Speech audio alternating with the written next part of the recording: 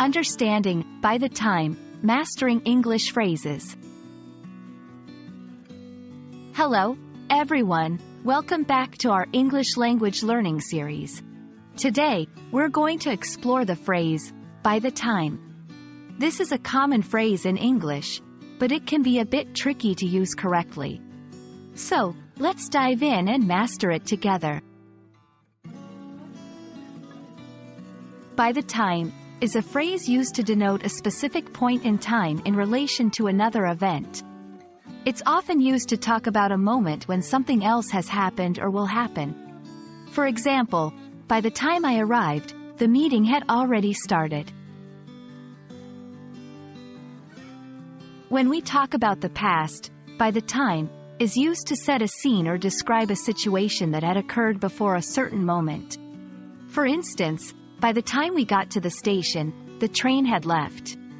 This shows that the train's departure happened before we arrived.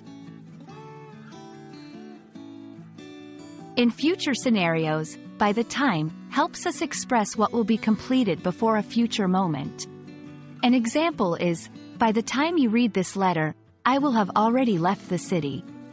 It implies that the action of leaving will be completed before the letter is read. A common mistake is confusing by the time with until. Until refers to continuing up to a point, while by the time refers to something happening before that point. For example, I will study until 10 p.m. versus by the time it's 10 p.m., I will have finished studying. Let's try a few examples together. 1. By the time the movie starts, we will have finished dinner. 2. By the time she realized her mistake, the email had already been sent. 3. By the time we arrive, the game will already have started. That wraps up our lesson on by the time. I hope this video has made it clearer and easier to use this phrase in your everyday English. Remember, practice makes perfect. So try using by the time in your conversations and writings. See you in our next lesson, and happy learning!